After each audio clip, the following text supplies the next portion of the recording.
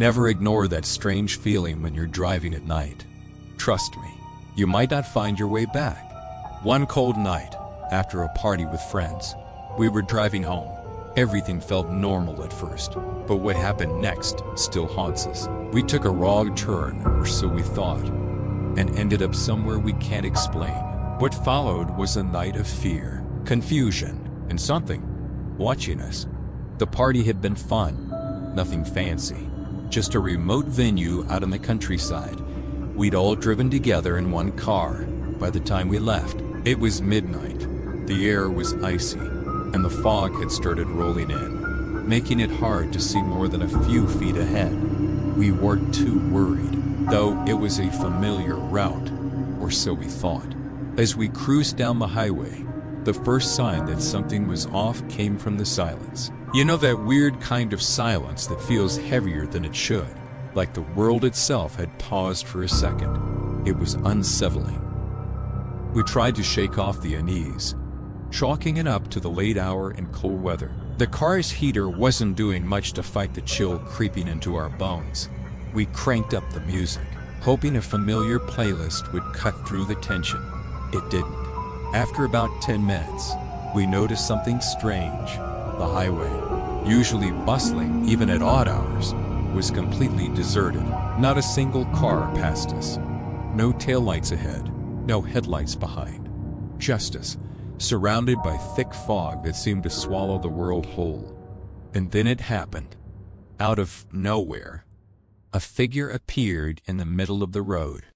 I slammed on the brakes. The tires screeched. The car swerved. But we managed to stop just in time, hearts racing. We stared at the figure. It wasn't moving, just standing there, shrouded in fog, its features obscured. "What the hell is that?" someone whispered. No one answered. We were too scared to even breathe. After what felt like an eternity, the figure slowly turned and walked off the road, disappearing into the fog. That was weird. Someone finally muttered. We agreed to take a different route. Better safe than sorry, right? Big mistake. The new road was familiar enough. We'd taken it before.